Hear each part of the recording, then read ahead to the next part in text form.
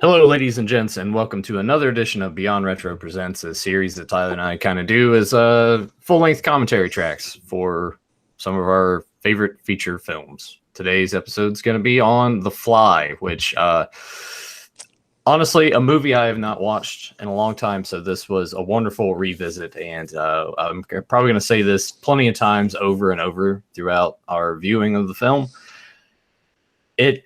I feel like this movie is as close as we have gotten to what I think of as monster movies. It really takes you back. I mean, obviously it's gorier, it's messier, but all the elements are there, and it really feels like one of those classic Universal monster movies to me. Tyler, how's it going? All right. I mean, this film means a great deal to me, just because it's just resonated with me. It's there was a lot of hype around it when I was a kid because of what it was talked about a lot, and kind of one of those films that oh, you don't want to watch that. Oh, it's just so gory and nasty, and I mean, it's a perfect film. I mean, there's the special effects are beat the hell out of any kind of computer bullshit we see today. Yeah, won an Oscar for best makeup. So certainly did, yeah, and rightfully so. Right. It's a shame like Jeff Goldblum did get like a nomination for his portrayal of everything. Something I mean, you would think maybe like a Golden Globe at least. Yeah, just something. I mean, if you're not gonna give it to him, fine, but a nomination for his, and Gina Davis too. I mean, it's like there's, and we'll get into that once we get going. But I mean, it is a classic monster movie feel with an '80s.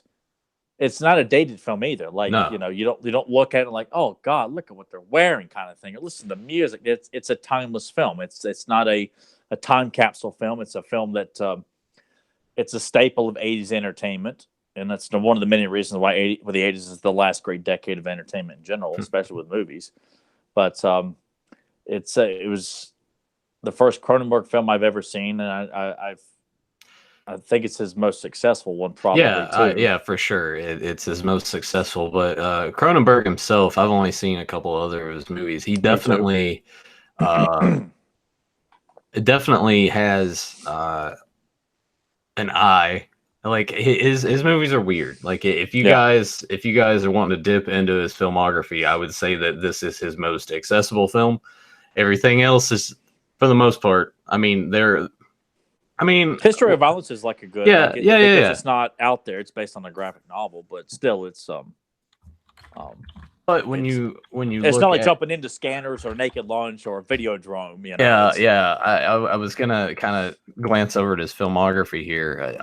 Videodrome, Naked Lunch especially. Naked Lunch is that's out there film. So if you guys are kind of wanting to look for some weird shit, I would recommend those movies to you.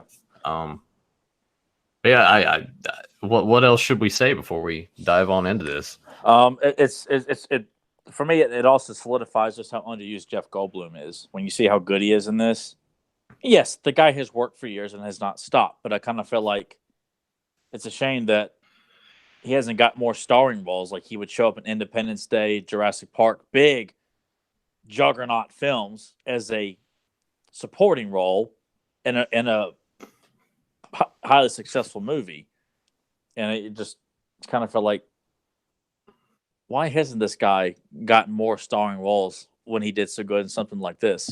Maybe his choice. Maybe he doesn't want to. Maybe he likes playing the supporting character more. Yeah, and I've never really stopped to just dig. I just over time have noticed he's underused. I feel like Michael Keaton too, and an A+ actor doesn't get as much roles or leading roles as I felt like he deserves. But I'm sure there's reasons behind all of it. Well, I'll throw you in this then. What kind of, if he's going to be the leading man, what would you want Goldblum to play? What kind of character would you want him to be? I mean, I'm not saying he would be like an action hero lead, but I could see him being. I think it'd be interesting to see him play a villain, like an actual villain with his soft-spoken. Well, you didn't like him in Thor Ragnarok? No, not like that. God, no. No. I mean an actual like villain. You know, because he gradually becomes a villain in this, but not your quintessential villain. And Yeah. it's an effect of the splicing with the fly and everything, and that the insect politics. It's a tragic. It's a tragic. It's a very tragic film, but it It's doesn't leave you feeling like you've been punched in the stomach like yeah. Edward Scissorhands does. You know, this is something I've watched twice this week. You know, and I still get excited about it. There's some very sad moments, and we'll touch on this when they arrive. Mhm. Howard Shore's score intensifies that as well. But you feel bad for everybody in this film, even John Getz, the slimy ex-boyfriend who's great and everything he's in. Yeah, too. yeah, he definitely he gets his a little bit in the end there. But you Yeah. feel bad for him, like Yeah. God, man, like of all horrific things to happen to the guy, like Well, you know, and I wouldn't change it because No. I love what happens, but God, you just feel bad for such yeah. atrocities to happen to somebody, man. Yeah, and the other thing about this movie, there's not that many characters. It's a small cast. And yeah, I think it's a works very that small way. cast. Yeah, it's not necessary to have more than three. I would think about that too. Like it's a 3-actor story, 3-character story essentially. Everybody else is just in the background or in the scene, but has no real, Tawny, the girl he picks up in the bar, maybe has a slightly bigger role, but she's in and out. She serves no real purpose. and the guy that he arm wrestles. Yeah. That's, and we'll get into that. But yeah, let's go ahead and get this sucker going. And the other thing, it's only like an hour and a half long. There's no another point wasted. improvement. Yes. That it doesn't have to be a 3-hour, bar fest of like, oh, look at all this like shitty exposition scenes. Oh, look at all this, unnecessary filler to make it look like your film's more prestigious or whatever. I don't know what the meaning behind it is, but it just shows you why the 80s had the best, man. So all right, well, without any further ado, Tyler, give us that countdown. I want to encourage you guys to pop in your DVD if you have a digital copy, or I have it on Blu-ray here. The Brothers Bishop got it for me for Christmas many years ago. I don't think that it's on any streaming service to watch for free. Well, technically not free because you're paying for it, but I don't know if it's on Prime Video or Netflix. I probably should have. No, I know it's not on Netflix. All right.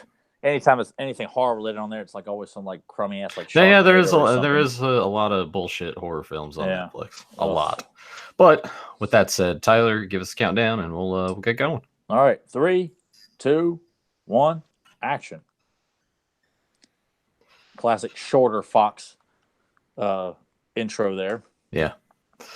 And I love this score, man. Just boom, right on. I mean, just we're off and running with Howard Shore's bombastic operatic score. Which I mean, that I feel like that's part of the reason too that I get those vibes of it feeling like a classic horror film, a classic monster movie. Yeah. I mean, it just amps up what a great logo too. The black, green, and blue. And I see there's a lot of that in this film too. When going rewatching this film too, it's like the color scheme, and that sometimes as I've gotten older, I noticed more and more stuff because I revisit films like this constantly because I watched them for so many years, and just noticing like the color scheme, like the muted colors throughout the film. There's a little bit of green here, but it's a dark film in general, just from like Seth's apartment to what I've thought was it's filmed in Vancouver, but I've always felt it was like New York almost. Well, I know that they did that a lot in movies. They would go and film in Canada and play it off like this is New York City. Like Jason Takes Manhattan was supposed to be New York also.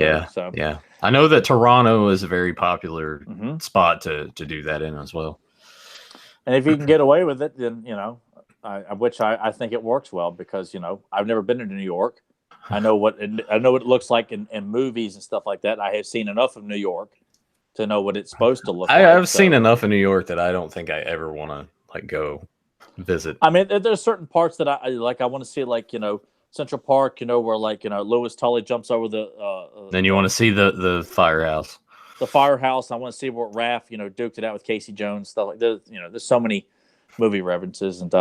What's so good about this too is like we just jump right into this conversation that's going on. Like they don't take time to introduce Yeah. who they Yeah, are. yeah. It's just Yeah, it doesn't jump in of like him working on his experiments. It's just here's the conversation. Here's what I'm working on. You want to see it? yeah, and we don't even see how they meet. It's just we're right. Like she probably approaches him and want to know what his contribution is to Bartok Industries, and I just like that. You don't feel like you're missing something, like that something else could be added to this introduction to these two to amplify or add extra flavoring, because that what works too is, I mean, kind of jumping ahead here, is that these two, I think, started dating on this film.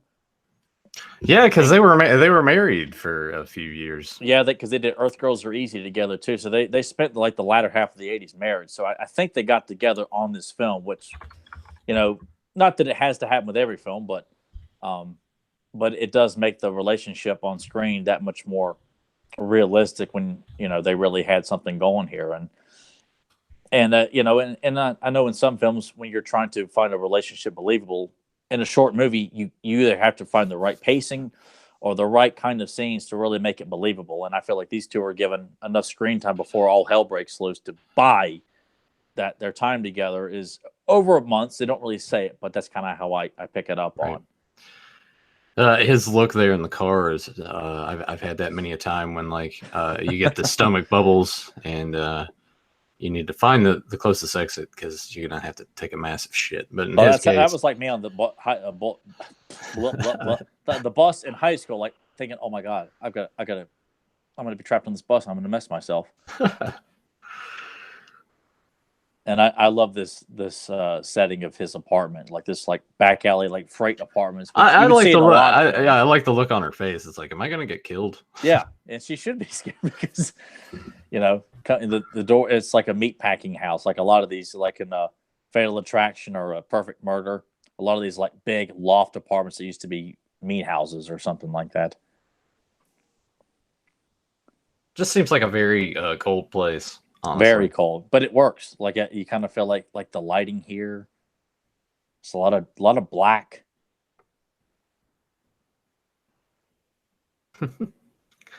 I see. This is what I like. Goldblum does well. He plays the eccentric, sort of just a weirdo. But well. Not to the point where you feel like from her perspective, yeah, like you brought me here. You're not showing anything. You're just playing the piano. Like that makes sense. But even if you met a guy like this in real life, you don't feel like you would be like, oh God, it's him again. You kind of feel like he's different. Yeah, no, he's weird, but in a charming way, as yeah. She'll find out. Yeah.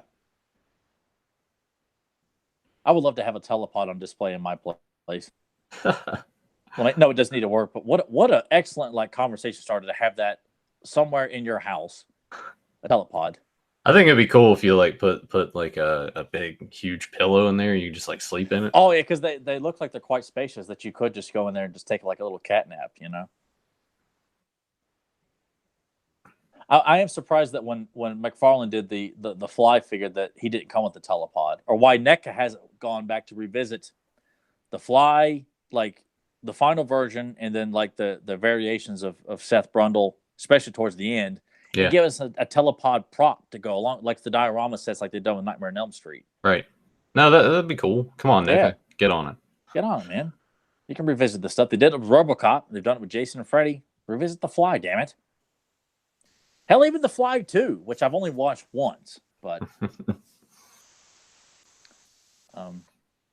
for some reason I always thought that you had like a fondness for Jeff Goldblum in general, because I remember like when years ago you had that picture of him in your apartment, like him in the bathroom with his finger up. So. Hey, he's still hanging up, man. Okay, he's still hanging up. I do. I mean, he's kind of iconic, really. He's been in two of the biggest films ever.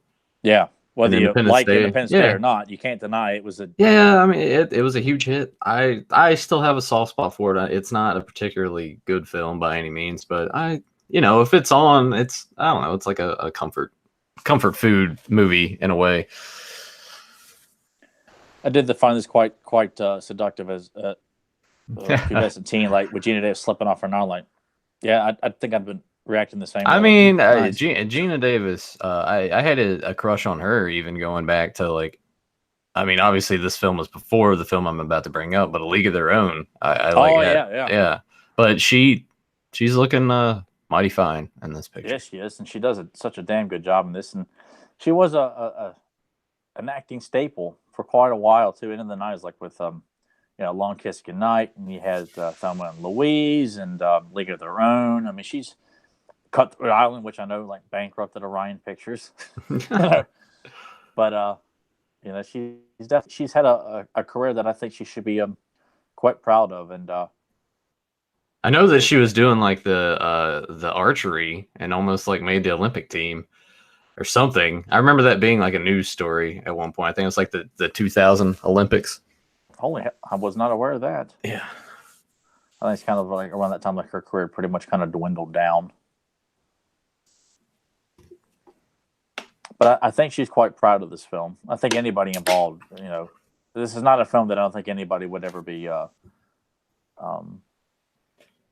Anybody, I mean, of course, it's a small cast, but I know there's some films like Kevin Bacon's always like looked down upon Friday the 13th, and Tremors, and in latter years has come around to both of them to be. I feel like that's more of a thing of they're wanting to be serious and accomplished, but then as they get older, they look back and they're like, all right, yeah, people really enjoy these, so I will finally embrace it. It sucks that it takes people sometimes to come around to their body of work. Yeah, when something you did is making so much money, people are wearing T-shirts of it and buying action figures and posters and just love watching your film. And I mean, I've tried to look at it from an actor's standpoint of like why they would be embarrassed over certain stuff, and I get it. But something like this, where you feel like it's a horror movie with science fiction and drama, but it's also something that it's got the elements of a horror movie, but it's done with such taste and charisma that you kind of feel like, why can't we get more horror movies that balance this out quite well? Where you get behind the actors and the story, and the gore serves a purpose. It's not done just to be like, let's see how nasty we can get and just prolong this death. It makes sense. It's part of the transformation. It's not done for shock value. Even though, I mean, yes, it is to a certain extent, but there's purpose behind it. I mean, yeah,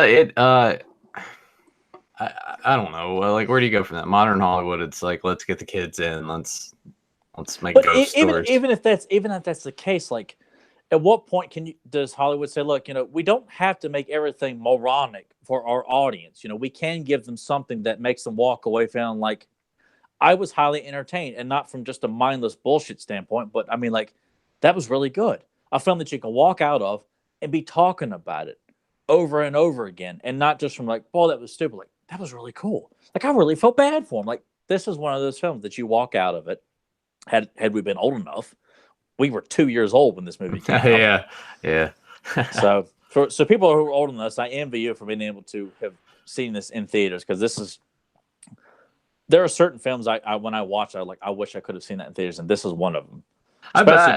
I get a feeling that Joe, the one time he did watch it, was probably in the theaters. Probably, and he probably got sick because he probably had like a bad like McDonald's experience, and that's why he's like, I've only seen it once because I had a tragic vomiting experience or something like that. Well, I mean, there's always some sort of there are those certain foods that I think about too that I have eaten and thrown up, and then any other times you throw up after that, you can kind of taste it in your mouth before you throw up, and like I had that problem with eggs for a while, and that was the worst. I haven't drank root beer because I got deathly sick after like a Cub Scout meeting, and I had root beer that day, and I was associated vomiting with root beer, and I've not touched it since. That was almost 30 years ago. I mean, it's not like you'd be able to drink it anyway, right? Because it would mess with your acid reflux. Even so, but even when I was drinking soda, like in my kid years and my teenage and adult years too, I would never touch root beer ever. I like root beer. Root beer flavored suckers. Like I like root beer. It's just moderation with that. I don't drink it that often. It's like the lights in this building are green. I like the architecture of that building. Oh, it's beautiful. And it's I remember there was discussion too, and here we are with John Getz here, which I know Nathan has seen. Don't Tell Mom the Babysitter's Dead, where he plays the sleazy businessman hitting on Christina Applegate. God, He is somebody that me and my brother would just laugh hysterically because of how slimy he is. It's been a long time since I've watched that movie. Honestly, it's been a while. I do recall it when it came out. It was kind of like a moderate hit. I remember people like digging that quite a bit, but I haven't I watched loved it it in a as a while. kid. It's been years since I've seen it too, and it's a film I would love to revisit. I'm sure it's not the knee slapper I thought was a kid, but I still remember it being like a good movie though. But and yeah, of course he was a great part in it. Yeah, he plays the sleazy guy very well. When he in Men at Work, where he plays the toxic waste businessman responsible for killing the guy running for governor, I think, and our town council. It was those two films. I think this is really all I can name off the top of my head that I've seen with him in it, and that I of course The Fly too, where he comes back and replaces his role as Stathis Born. But I've always enjoyed seeing it. Like he's got that look of just sleaze and slime, and he's just always a memorable character, no matter what I've seen him in. Even unfortunately, it's been a few things.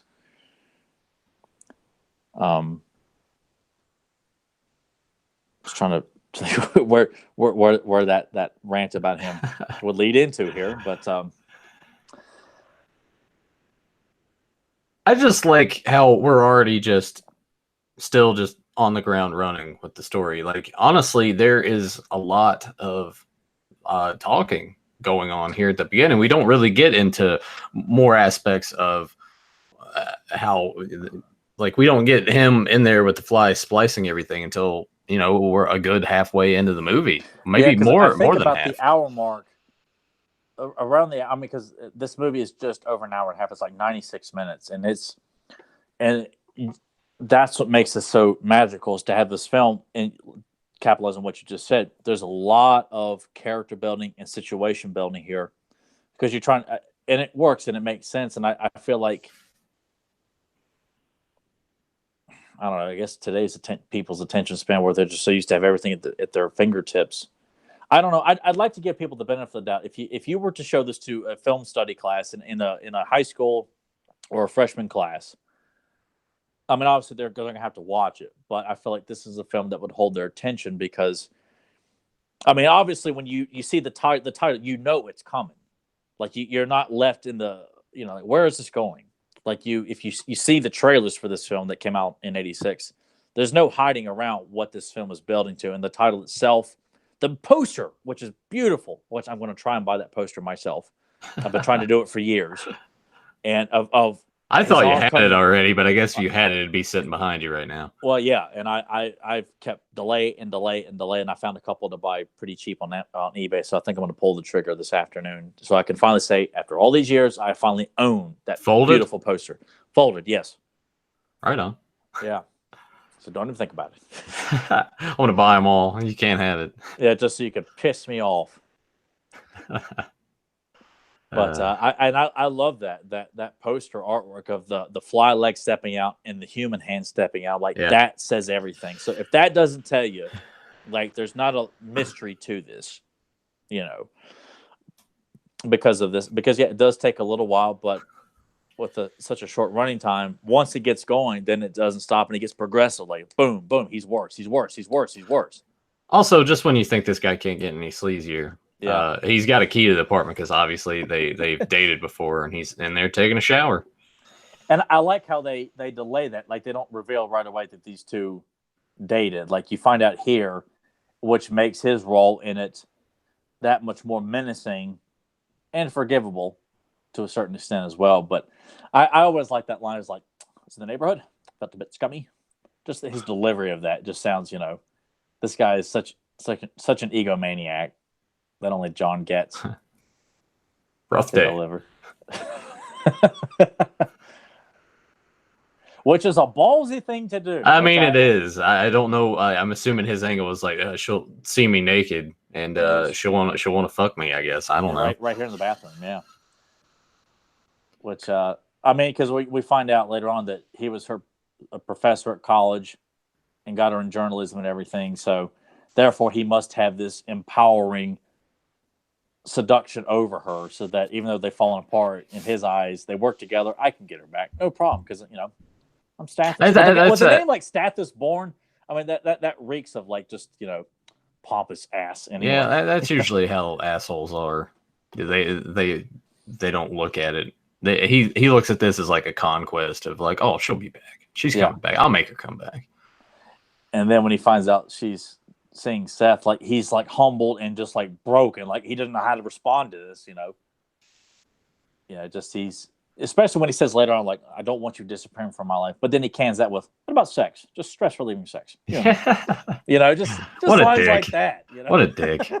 and yet later on in the film, even though he kind of gets his, you still feel bad for him. So very bad. Like I don't.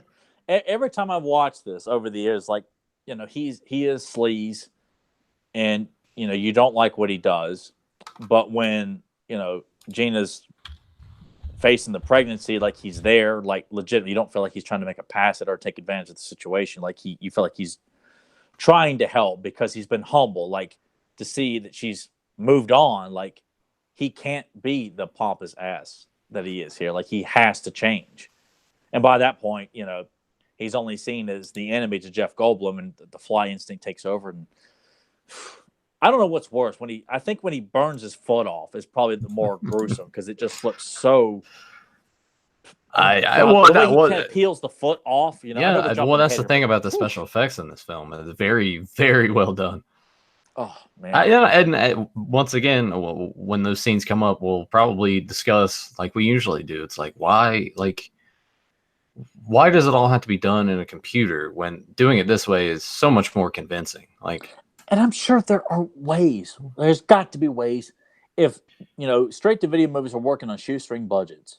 Oh, but before we keep going, this part is very sad. It is. He's doing it. He's before it's just inanimate objects that would transport. Now he's trying it with one of his monkeys, and this poor baboon just turned inside out. Yeah. Yeah. A good jump scare. Yeah. I like how the music was there to build up like it might work, and then when that happens, it just goes right into like the tragic. And this is pretty nasty. Yeah, like it's delayed, and you hear the sounds of it. Oh, what the hell are we going to see here? And you're like, good God, man! Intestines, and it's still alive. Now that's something like I'm glad we didn't see how they got rid of it or what they did to put it out of its misery. You don't have to. Don't have to. Just. That's an unfortunate thing, and it shows on his face. Like, I just killed a baboon, and he feels bad for it. And plus, it's another failure.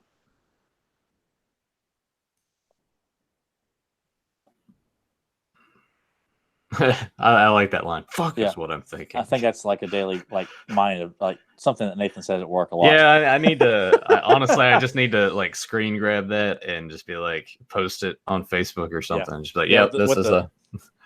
Make sure you get the subtitle in there. Mm-hmm. Yeah, and just post that. And all I need to say, and I'll give you like a thumbs up or like I'll even give you a heart. Like that's great, man. Yeah, Facebook is trash. Anyway. Yeah. It's lots of just tons of emotions in it, really. Like you go from this to thinking he's done it successfully, feeling good for a while, then feeling bad, then kind of feeling better, then getting worse. It adds to the severity of trying to do this, so that when he does do it, you're led to believe what could possibly happen. It leaves, I mean, obviously all the questions are answered as the film progresses, but when you see just what it can do, makes it that much more terrifying. That if you're sitting in the theater in 1986 and you see him go through, obviously it's not going to happen, but it builds up the danger of what he's tampering around with here. And I like his theory on this with his clothes. It's like, I just have this 5 sets of the same thing. I never have to think about it. I can concentrate using my brain and my thought process on something else.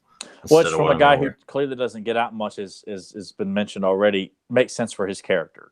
That Einstein is someone he looks up to, of course. And why would you waste time if you don't go out, you don't socialize, you don't interact with women that much, you don't have worrying about what you wear, makes sense for the character. I like, she's suggesting, she goes, cheeseburger again. It's just a fun little like flirtatious thing that, saying that she remembered his approach and he thinks it's funny. I think it's just this romance that's unraveling here. It's done so naturally. Like it doesn't feel forced because she sees that he's a vulnerable guy, a good guy, a guy who cares. And she sees it's Goldblum. And then she just has to crawl on top of him. Yeah, I mean that's the charm of Goldblum.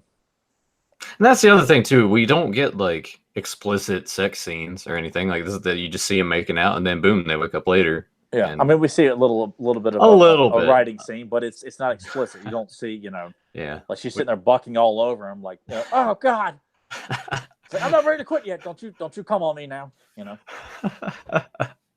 don't get that, and that's which in movies too. I mean, it's I can appreciate it because they don't do it anymore because they're scared. Like, oh, it's all rating. Can't get them damn kids in there. It's like what? You do realize there are adults that go to movies too. So it's not like everything's meant for 12-year-olds. But I like this too because this is like you think, will this play any purpose? And it does. It's just like a little foreshadowing that cut will come up later on in the film. It's like everything has a purpose. Yeah. And that's for such a short movie. I mean, you have to be precise. Timing is everything. Pacing is everything. Everything's got to be proper.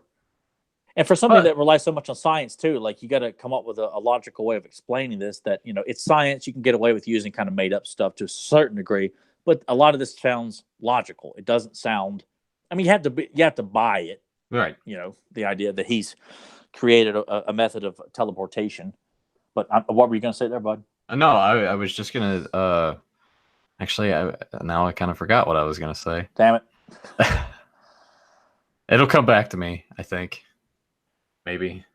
Oh, no! I was going to say, yeah, but there's also some 90-minute films that still feel like they're too long. Like there's some things that are made that even though the film is short, doesn't have the lasting appeal. Now, it makes me think, and no, this is not where I'm going with this exactly, but you know how Kung Fury is only like half hour? Yeah. If they were to make that a 90, which I think they are, a 90-minute film, will that, will it start to kind of just get boring? Yeah, and I mean, because when we did our Toxic Avenger discussion, revisiting that, it felt like a hell of a lot long. It's not even an hour and a half, but it felt like a much longer film. And that's probably because certain scenes don't serve much of a purpose in terms of like everything we're seeing here is pushing the storyline. This teleporting the steak that he's had a breakthrough, like in testing this. Okay, I'm gonna teach the computer about the flesh. Like it keeps the story rolling, and that's why it's in terms of like cutting off the fat of this of these scenes or making sure these scenes serve a purpose. Does it keep the story going? Does it help the character development? Does it do anything to benefit the audience in viewing? And I should specify, I should have said baboon instead of monkey, because I was going to call you out that because that's what he says earlier too. But yeah, I was that's what he said just now. Like, yeah, he corrected her. So apologies on that. I meant to say baboon. Yeah, come on. Otherwise, some social justice, PC prick is going to come after you. And, hey, get it right. I was like, hey, look, someone watched the podcast. Like, thank you. Well, we got a few people here in the chat now. I'll acknowledge them once we're done with the commentary and we finish up and everything. But I do see you guys. I am reading the chat as well. But you're not the focal point here, so get off your ego trip there. All right. Oh, whatever. We're focusing on Goldblum and Gina here. I thought somehow you're going to find a way to turn that into like, well, we're focusing on me right now, okay? I mean, I can't do that. I don't have to really think about that. I can just work that in. No. So, but you know God, what? No. I'm just not going to do it. Fetch me my bucket. It's time to throw up. Now there's a T-shirt. Give me a bucket. Yeah, she likes him, like that music to Yeah. amplify that. You know, she likes him. Like, even though they slept together, but that right there says like she really likes him. Like, she's got feelings for him already, just by showing that moment in the music. And get ready to see that we have a classic stalker on our hands. I mean, here. either that or she just thought the door looked really nice. Which, you know what? Maybe she's like, you know what? There's some sort of artistic vibe I get from this, shanty building here. And of I've course, also wondered how long he stayed there. I feel like he probably showed up that night, saw her car was there, and then came back early enough. I don't know, Imagine, but the way that he's sitting there makes you think that maybe he just stayed there all night. Yeah, and that he followed through the hair and just was waiting for the right moment to approach her. Psychology today, my ass. I followed you, like the intensity. Oh man, I love John Getz. I want a T-shirt with just his face on it. That's it. Look it up on Redbubble, man. I'm sure it's on there somewhere.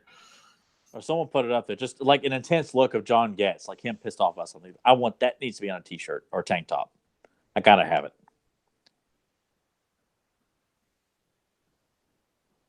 Oh really? What? His cock? It's just oh man.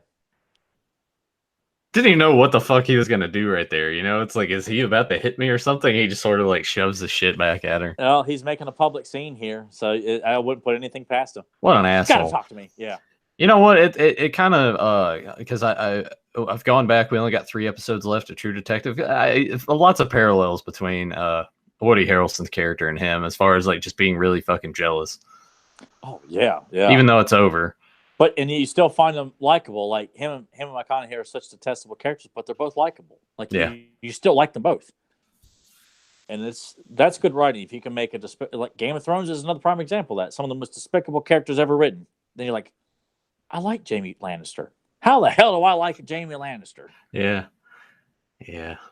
But the frustrating thing about his character is like, you start to hate him, and then he kind of redeems himself, and you like him again. But then he does something else that's terrible, and you're like, man, like you're all over the place here. You were so close, but Baboon made it just now. Yeah, so it's time to celebrate.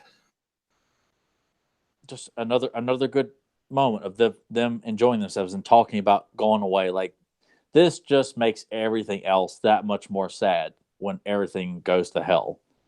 Moments like this, taking time to really, and that's what works too, of having such a small cast. You don't have to worry about shoehorning this guy and getting this lady, and you just keeping the focus on these two. And I think that probably is what makes this work so well, is that you don't have any other distractions in the film in terms of like storytelling, explaining why this character serves a purpose when you've got 3 characters and that's it. And maybe that's probably. I was gonna say, just Goldblum's hair in this movie. He's got that, which he would have in a. I remember he plays one of the rapists in Death Wish. Yeah. I mean, he's like, I hate rich cunts. That's the only line I remember from that movie, and he said it. Like, it's Jeff Goldblum. He plays one of the rapists? No way. Got to start somewhere, right? Yeah. But I think Jurassic Park was the first time I actually saw him in as a kid, though, because I wouldn't see The Fly until 1990, the summer of '97, I think. Or maybe 96, like before 7th grade. I would catch bits of it on TV, but it was one of those things where like I knew that it was like a sort of like a horror film, a horror film, and I was just like, oh, because I was scared to death. Well, it was talked up so much by my dad's side of the family, and my dad too. Like, it's such a gross, nasty film. And I remember seeing The Fly too at my papa's house, like on his coffee table, and looking at the box of it, and was just looking at the cover art of the little boy standing in front of the telepod, and just like we've discussed before, when you look at the horror movies when you're a little kid, and wondering what's happening in this scene, what's happening there, and this film was built up so much to me as a kid. It's just something that's gross and scary. So when you hear that for years, and you finally see it, like, it wasn't hype. It was, they were telling the truth. Yeah. And I saw this on Fox on a Saturday afternoon. So it was edited for TV, of course, but for something that was edited for TV, like, I got it. Like, if it's this good on edited Fox, I'm like, how good is it going to be on VHS? Whole movie edits. Yeah, sometimes they're funny stuff. If you watch like Mall Rats or Casino on TV, it's even better than the actual cut of the film because of all the bad dubbing. Well, this movie doesn't really have too much in terms of language. It's not No, it's more of the the gore. the gore and stuff like that. Which Cronenberg doesn't hold back from that kind of content, which makes me wonder what would Paul Verhoeven, his version of The Fly, look like.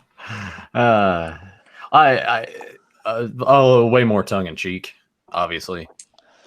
Probably throwing a little bit of satire in some form or another. But then Basic Instinct doesn't have satire in it, and the gore in that is just, and the sex is there because that's what it would look like to be impaled by an ice pick, or what it looked like when you're going down with Sharon Stone.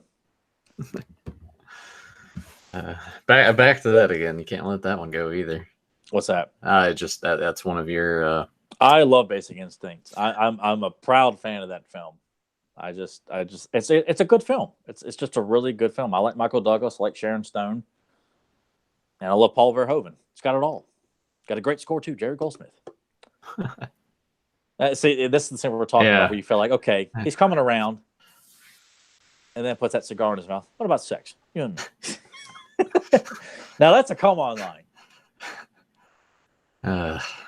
God, what a dick! She should have just punched him in the face right here. I'm sure in her mind it's probably like she's very patient with everybody, and I think that's a testament to her character. Like right here. What about sex? I'm not saying for love or affection, just stress relieving sex. You and me, and then he thinks he's going to do it again. Like, oh. Yeah, but see, when she says that, she smiles at him, and that feeds into it of like, I think I got her. I almost want to say maybe it's because, like Geena Davis, the actress, like just couldn't help but like smirk at his portrayal, and they left it in, or is it something she just added to the character? Like she just smirks because, God, there's just no getting around this guy. Cute little baboon. And here we go. Here's sort of his downfall. Kids don't get drunk and do science experiments. Yeah, and you don't feel like he's ridiculously drunk, like not a blithering idiot. He's just, it's affecting his mindset, but intensifying. Intensifying his urgency, and I like that we were already getting teased by the flies. Yeah, around there's the one around here right now. Yeah. And he's slurping it down. He ended up running down his chin there.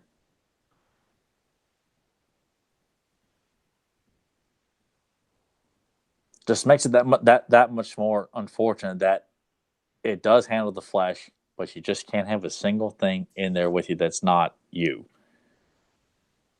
Now you've watched all the behind the scenes stuff. I'm imagining like most of the special features on this thing. Are there any other behind the scenes things that you would like to sort of just divulge?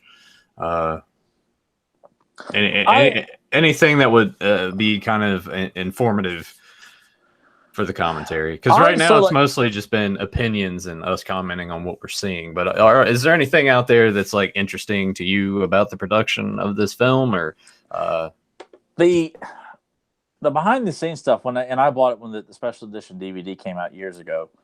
I really wanted to kind of get more about the conception of what they were going for, like possibilities, and I didn't get as much from it as I really would have hoped. Like they elaborate on the alternate endings, which I'm glad they didn't go with, because I thought, God, these are awful. Where they show the idea of like Geena Davis's baby in a dream, like is like in a cocoon and growing wings, like, and that would be the ending of the film. Like, this is nonsense. Like, thank God they didn't go with this. And they also had her waking up in bed with status and things like that. And I just that was one of the things I took away from behind the scenes. Like that, I'm glad they didn't go that route. But other than like, it's been a while since I've watched the behind the scenes, but I remember being kind of disappointed that I really wanted to hear more about. I'm always more about pre-production, like what were their initial thoughts in the script, like where they were thinking about going with here, and then they decided to go this way, or ideas and thoughts that never came to fruition. I'm always fascinated by the what ifs when it comes to making films. Because they talk about the puppetry of working with the fly monster at the end of the film and things like that, and Jeff in the actual makeup working around in it, and I wonder how long did that take to apply? Did oh they did god, they I say? think it was several hours because Eric Stoltz had to do the same thing for the sequel. Um, because he's an elaborate makeup as well. But Jeff, Old Eric Stoltz, he kind of got the shit end of the stick in but he some was he cases. was good. Everything I've seen him in, he was really good, and I'm kind of surprised like he just um never went any further Yeah, except Anaconda with Jennifer Lopez. I And haven't he's out seen of that that. film for the most part too. Yeah, I haven't seen that movie in ages. The snake stuff's kind of cool, but other than that, it's I just find myself making fun of it when I watch it. Like God, like Jayla trying to be all serious, and John Voight and his baby bird, and Ice Yeah. Cube like bitch trying to work in the phrase. Got to say bitch. We got if Ice Cube's it, we got to say bitch. Because that's cool and that's gangster, right? Bitch. Yeah, he's gotten soft doing all those kid movies and shit. So. Yeah, doesn't help him. I don't mind his music. His music's fine, but God, he needs to stay away from movies. But back to quality here. A successful test, and we've seen that the fly was indeed in there with him. So, Yeah. here we are at about 38 minutes. This last hour, we're gonna go for that ride of watching him feel great and then gradually transform. And it's just fascinating to see how almost like he comes off, he might be becoming a superhero, kind of like Spider-Man.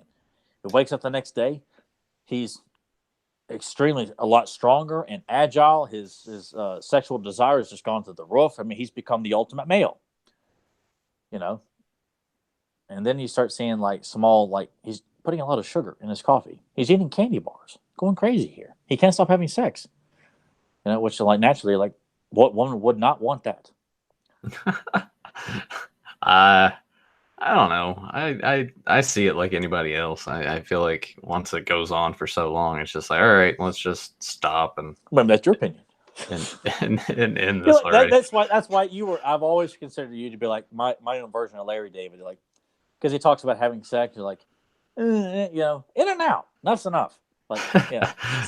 Well, whatever. Like he says, hey, it gets boring after a while. And what you just said, that just makes you think what Larry David. Well, I'm saying if it's going on for too long, then it's like, it's fine, but like too long is too long. I mean, we've seen there those scratches that he got on his back. We're already starting to see. Yeah, the transition is slowly happening, and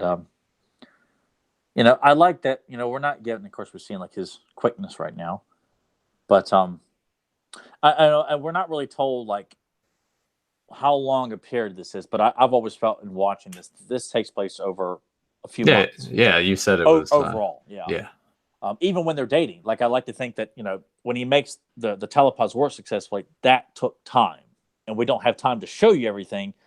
It's just kind of one of those things you just kind of had, like he's wearing new clothing. So I took it as like she's went out and bought her new clothing for him to wear because she doesn't want to wear the same. She's trying to do something nice for him, get him to break out of his bubble. Like that was a touch that I've always noticed that like shows they've been dating a while, or that she's been spending time with him and doing nice things for him, and then going to bed with him too. And there's a little a little side boob. Yeah, which shows Gina Davis had quite a nice body back in the 80s with her big 80s hair. I'm sure she's still looking pretty decent these days. Last time I saw her too, yeah, she's aged very, very well. And even Goldblum's aged fantastically. He doesn't even look like he's aged that much, honestly. No, he could come back today and do like a remake of The Fly and still play Seth Brundle. I'd still buy it. Of course, today they play. We got to make him funny, we got to make him quirky and like I'm a goofy artist, He's pretty ripped in this film. He's in fantastic shape. And that takes some strong shoulder and tricep strength to just lift yourself up off a chair like that, your entire body weight. I've been told Nathan did this to kind of get Emily's affections. Yeah. Yep, totally. He was just relaxing at backcountry and just decided, hey, look what I can do. Yep, I just jumped on into my gymnastics routine. Yeah.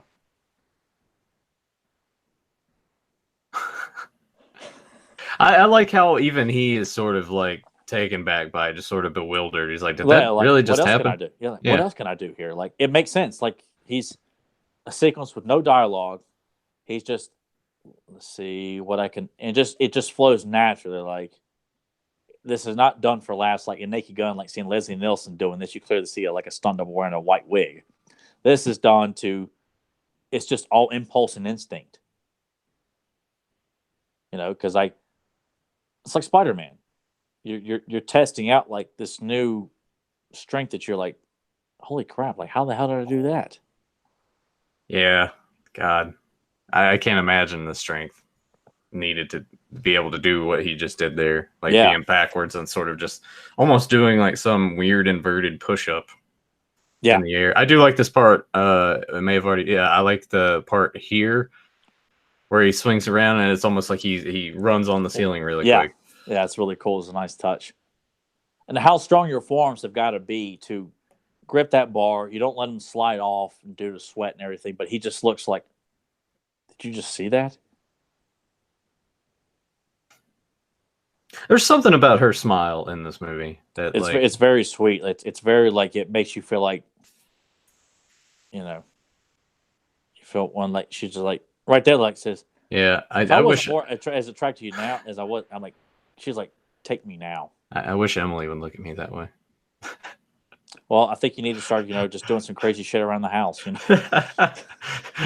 I just go and start like trying to do flips, knocking shit over. Or like what we do is like we put a video of you getting to do this stuff, and then we hire like a really bad stunt double with like a bad Nathan wig, and just edit together, and then we just have you drop down, and just say he can do this now if he wanted to, but he doesn't want to, and just see if she just kind of, puts on a black beret and a pink jacket and wants you to take her.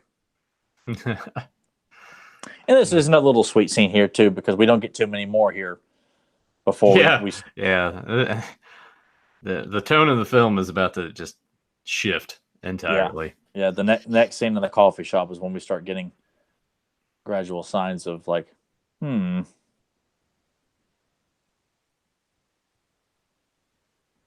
never been a cappuccino drink or a coffee drink in general, but those little frothy, they do look appetizing. Like they look like they'd be fun to drink, but I just don't like coffee. I've no desire to drink it. I didn't like coffee for the longest time, and then I kind of came around to it. I don't see you as a coffee drinker. I do it on occasion. It's a good like booster, enough to like get you awake, get you going, to make you feel like an adult, like smoking cigarettes. Yeah.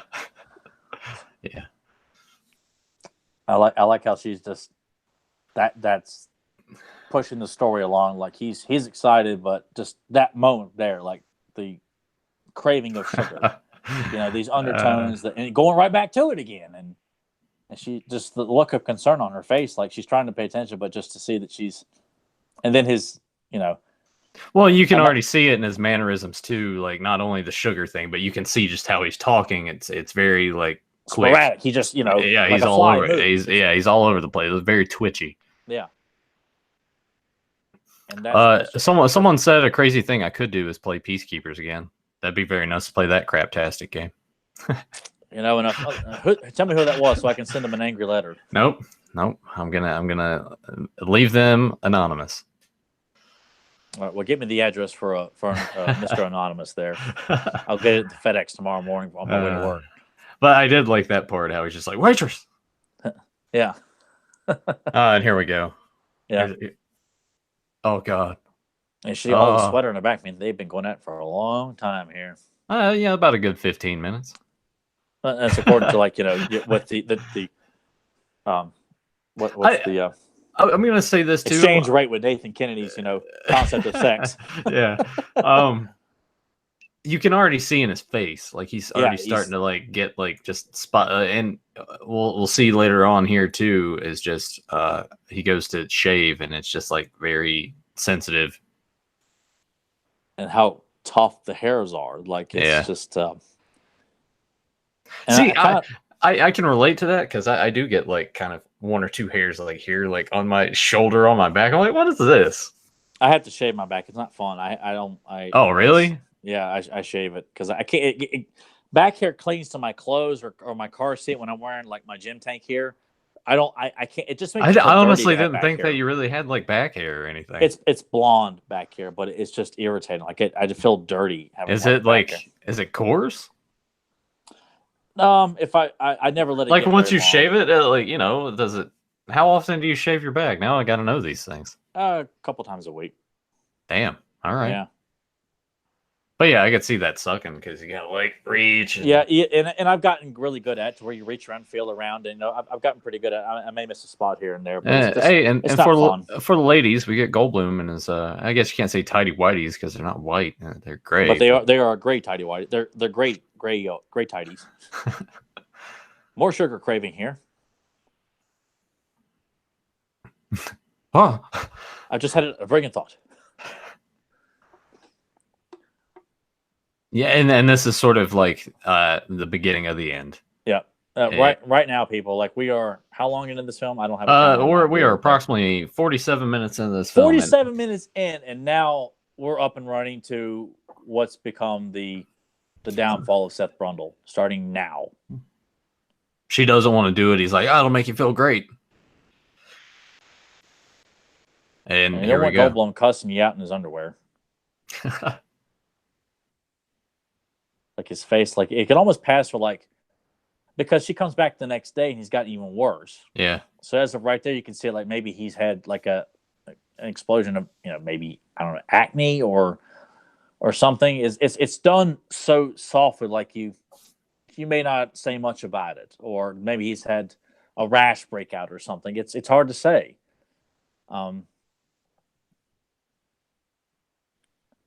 Now, and this could be interpreted different ways, and I'm sure the writer, Cronenberg, and everybody behind the scenes has a certain purpose. But his anger right now, like when he explains how flies act, that they're brutal, they don't compromise.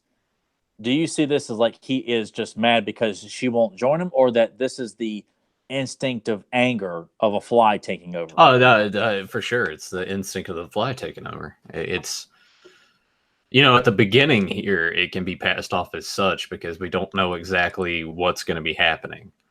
So, I love this music playing when he's on the prowl. Like, I just think this is like one of those. If you saw this in theater, like, oh my god, like, he's out, he's loose. What's going to happen? This music's building and building, and we're going to a local tavern here. He's gonna go to a bar, and he's not wearing a shirt still. By the way, it's just a jacket and no shirt. Have you ever really done any arm wrestling? There's a big burly guy that I work with. That he for years he'd always wanted to like try to arm wrestle me, and when I finally did, I had trimmed down my size, so I lost some of my muscle. Oh yeah, and I overstrained my forearm, and I'm like, you know what? I'm gonna just let him beat me, because if I do any harm, I'm gonna pop a muscle in my forearm, because I could feel it happening, because he's a big dude. He still talks about it to this day. He still wants to arm wrestle. And he's like, you know what? Let's throw down right now. I've intensified my forearm exercises in the last year. So. And see, even from leaving his place and going to this bar, his face looks worse. Oh yeah, it looks terrible. I remember seeing this for the first time on TV, and it's one of the best scenes in the movie, is this scene, to just see how dangerous he is now. And the look on his face, like he is so confident that he's going to beat this guy. And the music. Oh, man.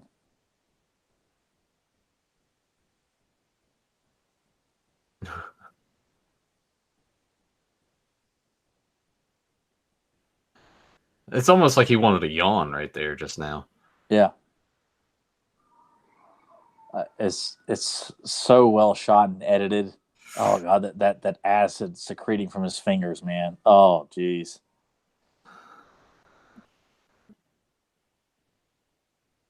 I'm just waiting for it to happen. God. Oh yeah, that's nasty. I just felt so bad for him. You just like, God, who are you scared out of your mind to see something like that done to you? And I like the fact that we get another shot of it just like bleeding on the table. Yeah, just for effect. Wonder how long that would take to heal. Obviously, they'd probably have to like put a bolt or plate in there and keep Oh that my in God, place. to get it back in place. I mean, I was like, you put me out, and I swear to God, if I wake up in the middle of that,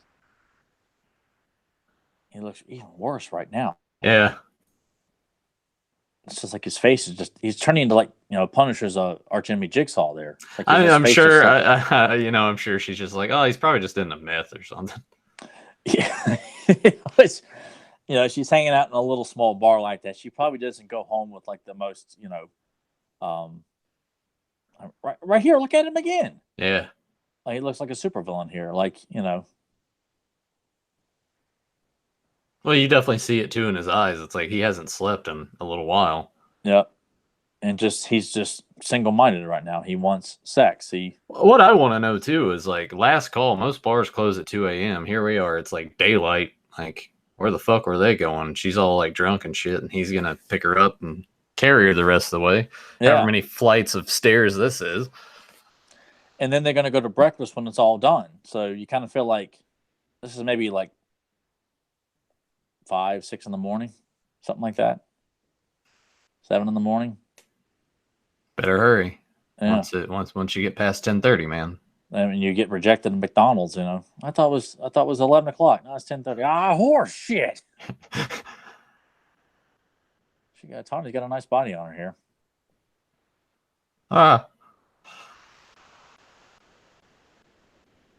It's like, hey, you want to see some shit? And we're gonna go through this again. He comes out, and it's like, hey, your turn. What? No. Yeah, and that's. Yeah, I mean, who would want to just try that, because it is a scary concept to think you're going to be broken down. And now we're going to get some Goldblum ass. Yeah. He's getting up in them guts here. Oh, my God. Using the Jason Mewes yeah. line. She's lucky. Yes. He's like, oh, I'm done. Man. Like the look of concern on his face, like, it's your turn. Like, it's almost like he was waiting for her. Like, look, I told you, I'm waiting for you to come around to this. It's almost like I don't really know behaviors of flies or anything, but it almost seems like that just sort of insect mating kind of thing, Mm-hmm. Like, that's some nice underoos. Yeah, she got quite a sexy outfit here. Don't touch me. And obviously, like, you might say, like, why didn't she notice the stuff on his back? But you know what? If she's not paying attention to his face or anything else, like, her standards are pretty low. Yeah. I think she just wants a guy to be nice to her. That kind of thing. And here's the tagline for the film. Yep.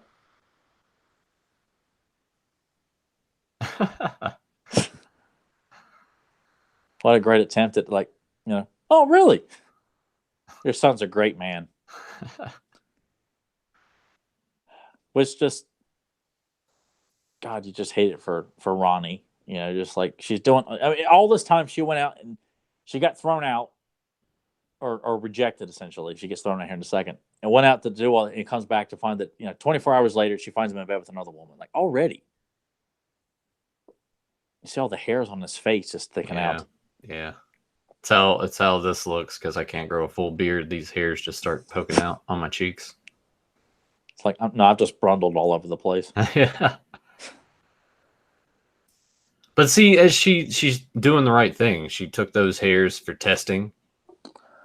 Like, she's trying to help him, and he doesn't want it until, like, it's too late. And even then, like, you still get this weird, like, back and forth of he's still there, but the instincts of the fly have taken over. It's just, I can't stress this enough. It's just a fantastic throwback to that era. I love the fact that this is like just a modern monster movie, but it's so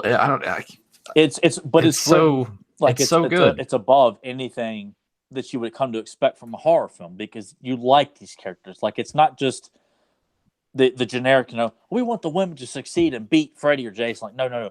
You feel bad for both these characters. And that's That works too, and maybe that's something that Hollywood has completely ignored. That you don't have to have an ensemble cast to have a meaningful relationship in your film. Hey, there's This me is again. yeah, typical. It was like, Emily, I don't need you anymore. Don't come back. Just punching the wall. Yep, throws her out. Don't come back without stir fry. But I always thought that was scary too because you knew what was going to happen. yeah, When he says "Don't come back" and the music, you're like, "Oh my god!" Like the horror's really happening here, people. but here's the thing: like he's thrown her out, but here shortly we get another wrench thrown into this. The plot thickens. You know, she's trying to deal with this. He's dealing with this changing, but turns out during one of their sexual escapades, she's pregnant with this kid. And then this brings up a whole new set of questions, which when we get to that part, I think that'll probably open up a dialogue of discussion that I might be kind of uncomfortable for some of our listeners. But I mean, this movie was ballsy enough to kind of like bring it up and talk about it. And I feel like when we get there, we should as well. I mean, what Nathan's trying to say is use condoms. Yeah, I mean, that's a smart thing. Yeah. And that's another Nathan practice right there. Practice safe sex, or I would say abstinence, but I mean, come on. Abstinence? Are you out of your mind? It's human nature. I see. I didn't even notice that he had one like sticking out from his nose. And that's thanks to like Blu-ray, because when I was watching this, because on DVD you see certain things, but VHS you see even less. And yeah, to see. See, I don't have I don't own this on Blu-ray. I just it looks absolutely wonderful on Blu-ray. Worth every penny. I have the 2-pack of the Flying Fly 2, but then I also have the collector's edition. Yeah. Special. Yeah, it's got the slip cover. It was a bitch to get off of there though. That thing was like on there tight, and it's tight. Like it's very. I was like, I might not even get the movie out of here. But this is gross. This is fucking nasty. Because to me, anything with fingernails or toenails is automatic for me to like kind of just painful. Yeah, just kind of wince a little bit. And it just peels right off. So wonderful effects. To seeing this with an audience in '86, to hear people squealing in the audience, like, God, that'd have been awesome. Yeah, that would have been cool. And my dad and I mean, it's always been talking about. You ask my parents about this film, they both say, "Oh God, it's gross." And my dad still to this day he gets so put out if I mention The Fly, but they all liked it. They just said it was gross, like just because it was gross, which to me, you guys have just lost touch with reality. Well, I did read a thing that Goldblum had written Vincent Price a letter. It's like, hey, I really enjoyed your original. I hope you like mine as well. And Vincent Price had said that he liked it, but once at a certain point, it was too much. And I guess maybe that's kind of in the same as like it was too gross for him, maybe. And look, I understand people's initial thoughts on this, but I still believe that it's there for a reason. It's Sorry, that's also a nice touch. We had the fingernail thing. Now he's wearing gloves. Yeah. While he's typing. I wonder if it hurts. Like he peeled it off. It had to have. There's no way that it wouldn't have. And here we get the scene that he finally finds out what exactly happened to him. Which, even though it was honest, we already know what's happened, but you still feel bad for him. And I'm going to say this too: in most movies, especially movies in the '80s, when computers are involved, looking back on it, kind of dates. But I don't really get that vibe with this. This has enough of a futuristic kind of vibe to it that I could just be all right, yeah. But then again, that kind of shit never really bothered me much anyway. Like I don't look at that because I mean that was computers back then, and I'm not a computer junkie either. Like they're computers, especially nowadays, were there to serve a purpose. Like Weird Science, they create a woman using computers. Like you just have to assume that computers could do everything back then. Yeah, but honestly, they couldn't really do that much. Not personal home computers anyway. No. But all this, and plus too, and they would even do it in like the old school B movie horror movies of the 50s and the 40s too, where you throw science in there, the general public is not going to know what's real and what's not. Not to say that it gives you the right to come up with just anything you want and just throw it up there and say, they're just stupid, but it comes off as intelligent in this movie. Everything does. I've always been scared of science, just because of like it's some of it's interesting, and other times I'm like, I don't care about igneous rocks and stuff like that. Like, I don't care. Yeah. But science is also very scary. It is scary. Yeah. I'd like to think at this point we're seeing Ronnie kind of working probably on another project here, another article. Yeah, that another like 2 weeks has passed. Yeah, some time has passed and stress. And But trying to cope with, this phone call, it's like you gotta, I need you here. yeah. And no, until she says like I tried to call, and it's a testament to her character. Like, even though she found him in No, bed, the last 4 weeks. So now we know. There you Yeah. go. 4 weeks have passed. which that's a lot, and it works. It works to help, give an idea of just that this is not, because some movies they don't do a very good job of explaining that some films take place over a period of time and they don't really tell you how much time has passed, and people are thinking, well, should just happen the next day. I'm like, no, jackass, you have to, it's just one of those things. They don't have time to explain everything. I don't like those approaches. It makes you think for yourself. Yeah, I don't like to think that everything has to be explained to the audience, which I feel like in today's movies that's what they do. Yeah, we get that for the most part. I keep like bending my neck like this, and it's just like my collarbone, I can feel it just like cracking. But yeah, huh? I was gonna say probably need a good spine popping. Yeah, probably. Yeah, and just continually, like using 2 canes to get around because he just can't hold himself up, just completely deteriorating. He looks so like Jello like the way he's carrying himself. He looks like he's really mimicking being really weak. Ugh. All the spit up all over his clothes looks fresh. Yeah, his face looks like a Nestle Crunch, like the back of a Nestle Crunch bar. Yeah, that's a great description.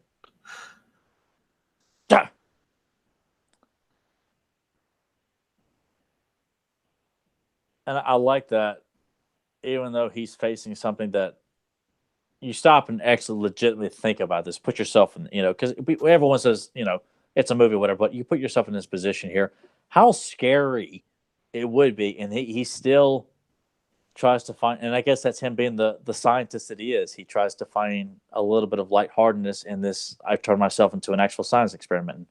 We haven't been properly introduced, and still has a, yeah, you guys honestly just sort of like shrugged at the same time. Yeah. I wasn't intentional. I was just. He's a Brundlefly. Yeah. I like how he's like, I could be contagious, and that part he's like, you look so pretty. And I like that though, because it shows that he knows that he's kind of fucked, really. Yeah. Like, but as a man who hasn't seen her in a while, and he cares about her so much, he says, you look so pretty. Like, he's, I can relate to that kind of statement. You just, in the worst of times, you're looking at a woman and you want to compliment on how attractive she is. No.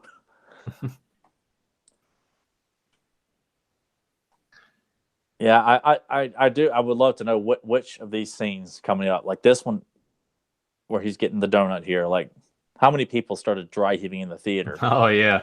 Well, most people don't realize that when a fly is like land, or especially when they're gonna eat, they oh yeah, they throw up on their food, and I feel like she didn't know that was coming either, because that looked like just a genuine reaction. Yeah. Which I like how they do that to get, and there you go. His ear fell off? Yeah, it's pretty old. Yeah, it's pretty old. I think I remember like watching this with my dad. He like, when she hugs him, goes, "Oh God!" I'm like, yeah, Dad, you don't get it, dude. I mean, I get it. She cares about him that much. It doesn't matter like how gross he is right now, but still, you think of that, it's like, yeah, that is kind of nasty. It is. I hope she went home and took like 7 showers. Yeah, like boiling hot, like Jim Carrey and Ace Ventura.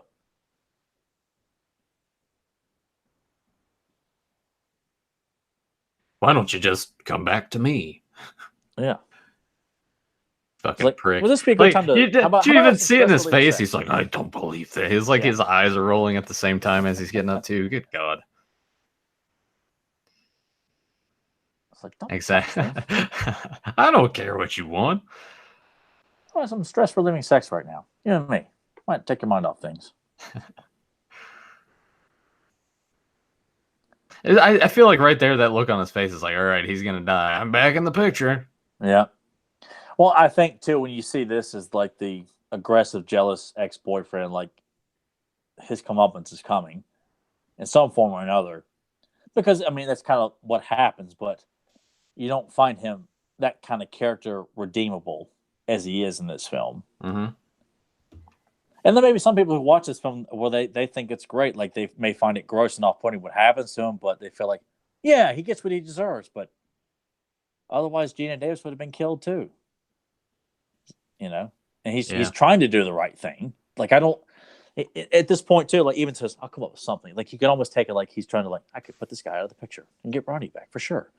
Or But he'll find a way to make this totally benefit him and no like, one else. Make an article in Particle Magazine. We could put this guy, you know, and do a whole big piece on him in the magazine or something like that. But when he finds out that she's pregnant, that's when I felt like he makes the turn of like I can't be a sleaze anymore. Like I got to do the right thing here.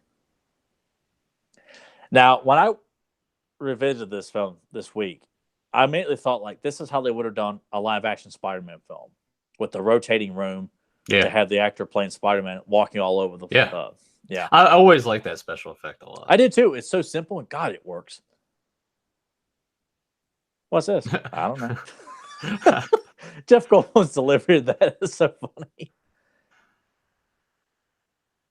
That's like how he talks with his teeth. Because his teeth are about to fall out. Yeah. He even says, he's like, yeah, there's no real use for these anymore. Or had to worry about contagion.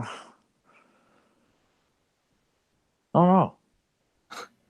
Why can't you?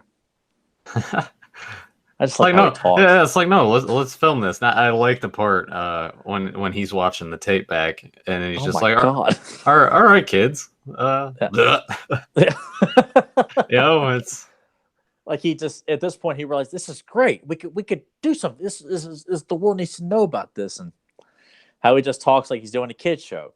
I make a fabulous children's book. I'm coming. All right, 5 fly. Yeah.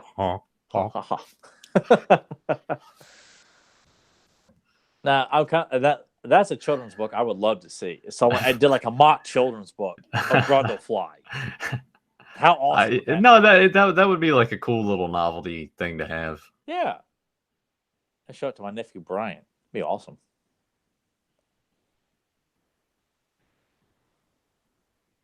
Well, I kind of wonder where he got the food. Like, did he actually go out and buy it, or is this shit that he's just like digging out of a dumpster? Is he going all Amato on us? He maybe King Coupon's wandering around too, and doesn't ask questions. He just takes. Yeah, he doesn't give a shit. He's like, yeah, he's just really into meth. Yeah. Kind of wondered, like, did he ever run into like a really grungy Jeff Goldblum in the back alleys of parts unknown Ohio? Right. Here we go. Yeah. With a corrosive enzyme. I just love hearing him talk. The vomit drop. Sucks it back up. The mannerisms. Yeah. Yeah, you don't even see it, you just hear it. Oh my God. Like we don't have, even though we've seen it once, it just sounds like he let him sell it. Like they could have like not even shown us him vomiting on the donuts earlier and let John's reaction sell that, and then we see it at the end when it actually happens to him. Right. Yeah, this is the turning point for Stathis here. Like you kind of feel like, well, at first he thinks she's just upset about him turning, but and he definitely sounds legitimately concerned, like not trying to make a pass at her or take advantage of the situation. Like he shows genuine concern, like, well, because at this point too, she's pregnant with somebody else's baby. Like, well, no, that one right there where he's like, oh no, but kind of like smart, because I guess part of him thinks that it could be his, but then he starts putting 2 and 2 together. And he's like, oh wait, oh no. So we've we've reached this point of the movie. She wants to have an abortion. So that's a very hot button issue. It always has been, and Yep. for like I said before, for them to add this element to the film, I feel like it doesn't detract at all. If anything, it makes it the stakes of everything going on here that much more impactful, really. Because you got to think about those situations. Like in her situation, she's thinking this probably this probably happened after he went through there, you know. So what's that gonna do to her body? And that I don't know. Fuck it. Let's just bring it up. What is your stance on abortion? And before we really get into this, I want to specify to everybody out there, like, this is real life. Things just happen. So we'll talk about it, because I don't want to shy away from topics like that. So what's your opinions on abortion? I mean, in terms of like this or rape, I mean, I feel like abortion is not an atrocity. If a woman is raped or something like this, as long as it's not used as like a form of birth control, like a girl that just constantly sleeping around, getting pregnant all the time, well, let's go down to the abortion clinic. No, that's where it's wrong. Yeah. But I've always felt that if a woman is raped, you know, by a couple of guys, like Freddy Krueger's mom, is a prime example. A woman has been raped by 100 maniacs. That woman had every right to have an abortion. Oh, and before we go any more into this, I love this scene though. Good God, man. Yeah, it's gross. Oh boy. Yeah. And this scene is the reason reason Gina Davis did not come back for the sequel. Really? She said she would gladly come back to reprise her role, but she could not do a birth scene again. Yeah. I mean, really that makes sense. But hey, look, it was only a dream. Yeah. But still, like, as an actress, I've like, imagine all sequences that are a little bit more private and intimate are hard to do in front of a camera crew. Yeah. You know, even though that's Cronenberg helping her push the maggot out of her belly. Yeah. But still, it's one of those things to do a sex scene or to do a birth scene or a death scene. You know, imagine it's you know, you really got to be in the right state of mind, you know, as an actor to really sell giving birth or being afraid or dying, like Sean Bean has crafted so well. Yeah. No, man. Now he's looking rough. But my stance on abortion, it's very similar to yours. I don't think it should be a form of birth control for someone. That's like you either like need to find like condoms are good, birth control is good, but at the same time, get a vasectomy. Or yeah, tell him to. The other part of it is, it's just, I feel like it's a person to person basis. Now there could be other times too where someone could be pregnant and like your blood type's weird and it's eating away at the fetus, and like it's not gonna make it, kind of thing. And then that sort of leaves you with the option of maybe it is best now, so there's not like any complication later. But it's yeah. Any other way around it, like if you're just using it as a way of birth control, I got pregnant, time to terminate. It's like, I don't know. Yeah, like, I mean, well, that's why sex is for adults. That's why it's, you know, unfortunately, when we're teenagers, we crave sex all the time. And you feel like you're denied it all the time, but it's unfortunate. But there's a reason behind it, because you're not adult enough to deal with the dangers of sex and also enjoy the pleasures of it. Yeah. And this scene coming up is by far my favorite bit of. Well, I mean, I like the fact that he's just taking his pieces and putting them there in the cabinet. Yeah, yes, you are. Don't deny it. It's just this is classic movie monster here, like hunched over, the constant twitching. Yeah.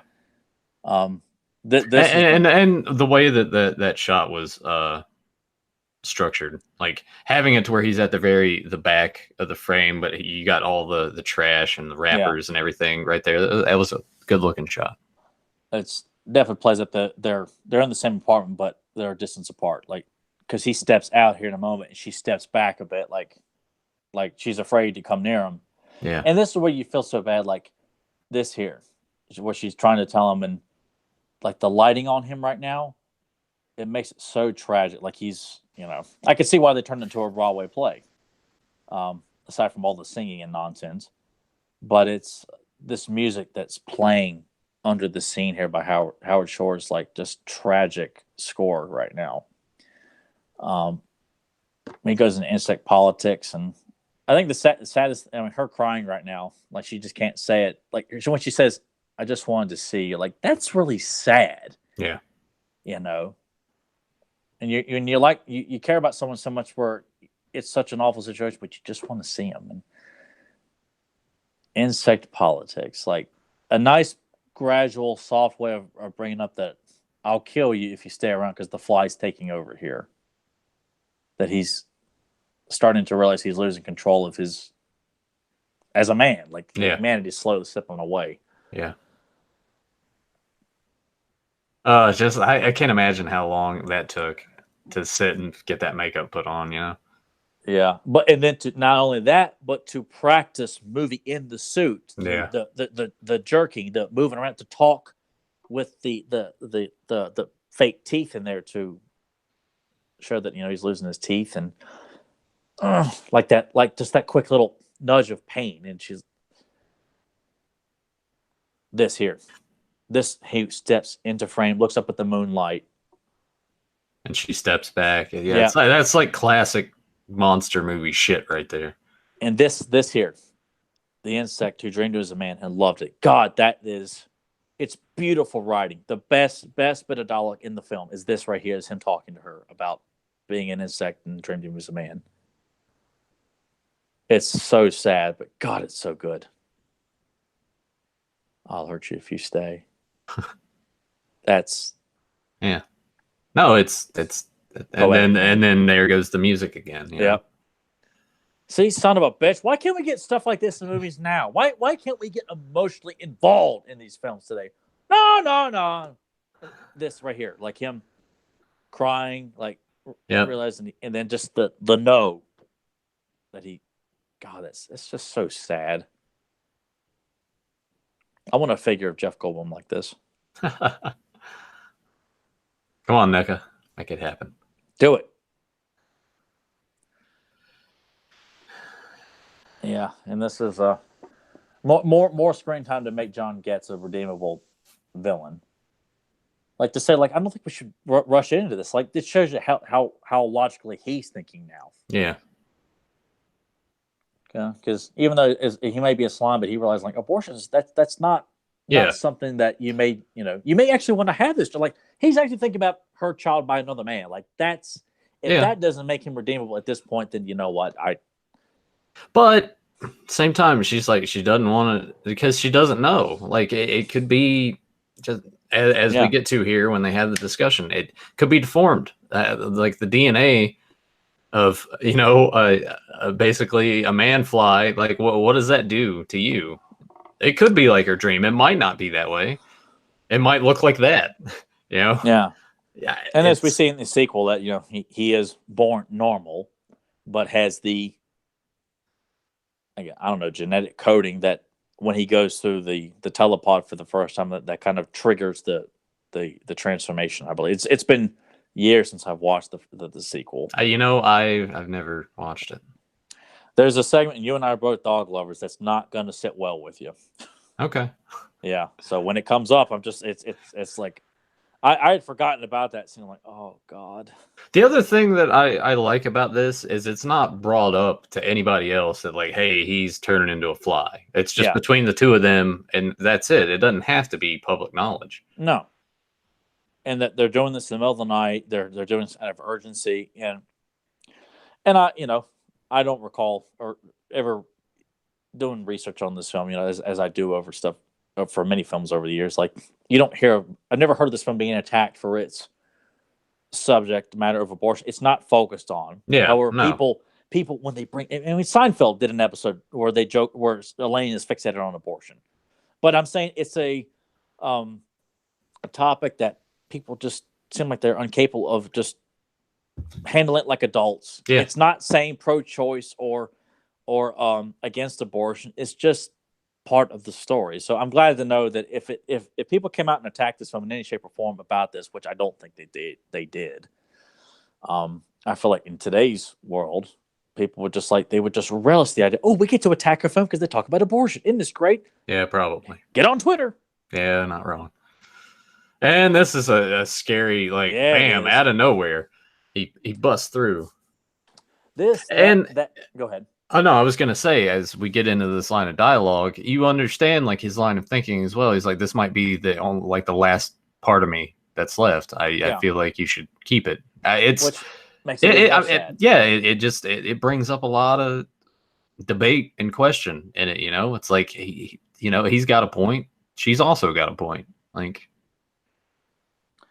and I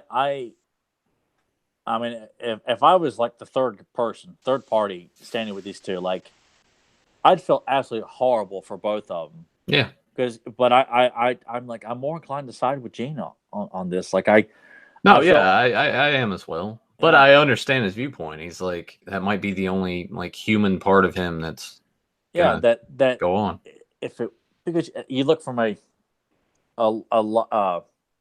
further the story, like, to think that that's the only thing she'll have left of him is their son. Like, that's a big thing to give up.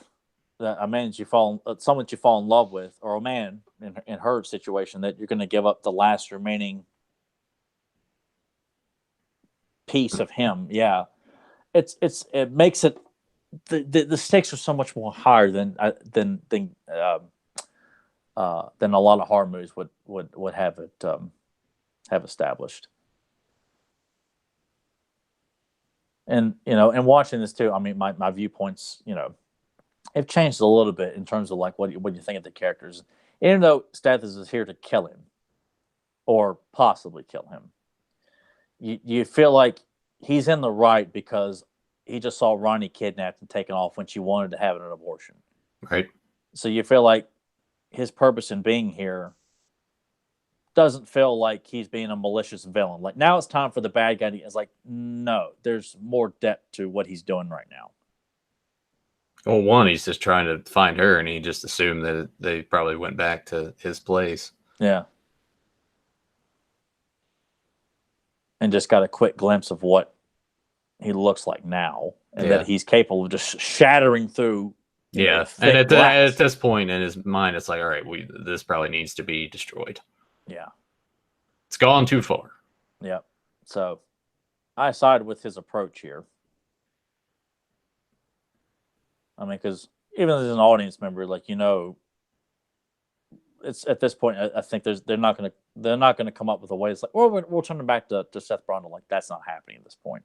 And I'm glad that they didn't go that way. They do that. Well, I won't say anything else, but I think it's good that it ends the way that it does. That he does not come back. It shouldn't have to, really. No, no. And I like now how there is the third telepod. Yeah. Introduced, which I want to say that is that first one, right? Mm-hmm. That he had built. Yeah, and now now it's all mixed together, and the plan has been revealed. He wants to basically merge everybody together, which he's just out of his mind at this point, just so desperate for any attempt to. And here we go, people. The big vomit drop that we have talked about here. Oh, God. Oh, man. I'm just like, I just want to hug John Getz at this point, dude. This is awful.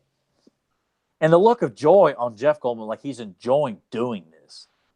Like, that's a scary part, too. Like, the manner is like, ooh, look what it's doing to your hand. Like, God, that's malicious. I mean, man. I guess the good thing, if there is a good thing out of all of this, is like it's not going to bleed as much, because that'll burn up pretty quick, Oh, this is worse though. Like, to do this is more. It's one thing. It's one thing to get that on your hand, but to get it on your ankle, and then he's just going to tear your foot away from your leg. God, man, just awful. Oh man. the look, he's like, oh man, look at that. Look at Yeah, this he done. looks Like, so happy about it yeah. too. And I'm sure, like, you're like, oh my god, he's gonna do it to his face too. Yeah, that's yep.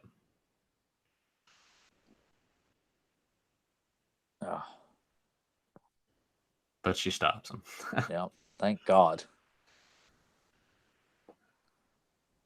It's like or with Seth Rogen all the way, but that's one thing. Like, dude, don't do it, man. Don't do that. And then we get more of the tilting room. Yeah, I've always loved that. it's such a. That's cool what makes effect. that scene in Nightmare on Elm Street that much more effective. Oh God, You yeah. know? That, and to know they use that, and I think is it dancing singing in the rain? Like Fred Astaire does it, like when he's dancing all over the. I think that was like the same kind of like effect that was used in that. Yeah, it was one of those films. Yeah. It wasn't And Singing they in also the did Rain. in Breakin' 2, or the first Breakin' film, I think. Yeah.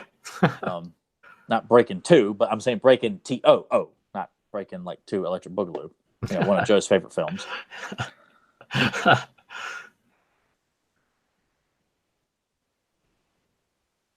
And here's the ultimate plan. I go here, you go there, and then we fuse together in this third one. God, he just. I mean, I'm not even curious as to know what. I mean, because I know they would both die. Like they wouldn't come out. I don't even think. I mean, obviously I think neither one of them would be aware of what they were. If they were somehow to survive this experiment, they would just be meat with eyes. Essentially, like I just don't think they would be. I don't know what they would be. I just don't think they would survive it, to be honest. I mean, maybe if a fly, I don't know, two human beings. Oh man, here we go. Yeah, this is. And I love the effect of we got to show that lower lip flicking. Yep. Those nerves. Yep. I could see why Vincent Price was put off by all this. Yeah, this is pretty graphic. Yeah.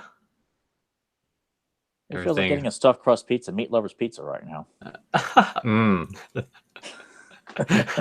Yeah, we'll probably eat pizza later today. Actually, yeah. Not from Pizza Hut though. Pizza Hut's terrible. But this trend, like breaking through it. This is beautiful. Like so well done. The thought put into that, making it happen. It looks fantastic. Every bit of it's just a puppet too, man. Just proper editing, proper camera work. You can make anything look real. And I like every bit of this. Just put some pillows in there, man. That'd be actually pretty comfortable. Yeah, it would. Shit, man, you should just find a way to like build your own and put it in your place. God, that would be awesome. Like bring girls over and just be like, this is my experiment. See, that looks fantastic. I like the flicking of his mandibles there. Like I remember, like the McFarlane figure has like that little fuzz at the end of his. I think I do have that figure, so I think I. Did you get it from my brother? No. I found this one at a flea market.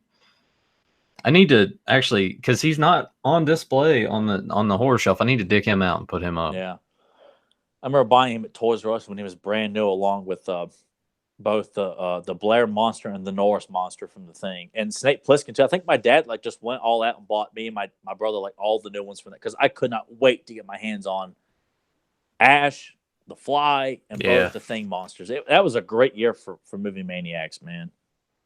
Arguably the best. And there we go. The arc is complete. He's fully redeemed himself. He saved her and broken up the telepod. And Brundle doesn't like that too much. Nope. He'd have killed him regardless, because now he's just there's nothing he can do about it right now. Like I like that sound effect of him stepping out. Oh boy. And took some of the telepod with him. Yeah. And this music here. This is a hero/tragic theme here. Or heroic/tragic. You know, just selling that. God, looking at his like other leg there, how severed it is. Yeah. And he's got all this in the sequel. He's missing a hand. He's missing a foot. So they kept up with continuity. I'd be curious to hear what you have to say about the sequel. Yeah, I need to give that a watch. God, I love this score. Yeah. So good. Even this is classic. We focus in on that the slow reveal again, the knob Yeah. Like, turning, what are we the getting pod now? open. Like, Yeah, now you just like feel so bad. Like you just constantly like you never feel like you can truly distrust. I mean, for a split second you feel like, okay, we're in trouble. Oh, like, oh no, man. I just want to give him a hug. And the look on Gina's face, man, God, she's selling the terror and sadness at the same time here. And people say, "What? Pull the trigger!" Like you don't get it, people.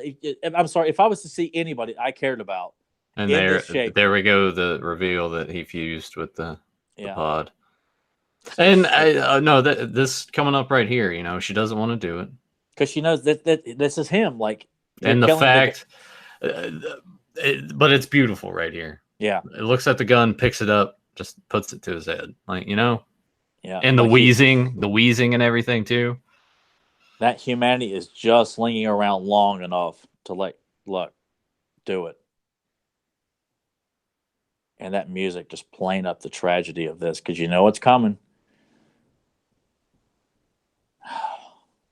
See, just proper camera work makes that puppet as believable as E.T. Oh, Then we get a nice little head explosion. Yeah.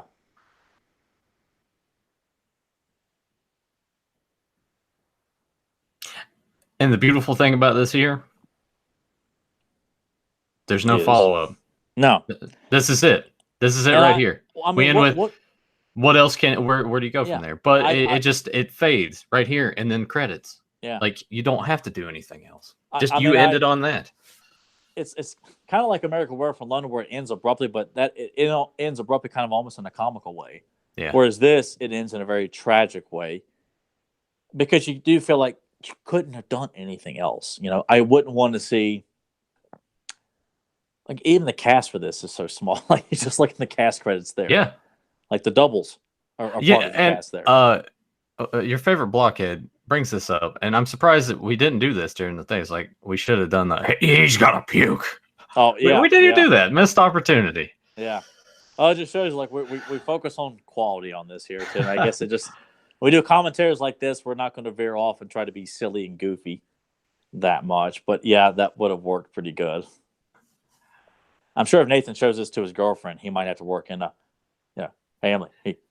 He's gonna puke. Yeah, we meant to watch it last night actually, but I did the streams. We watched a couple of the hockey games, and then we just fell asleep.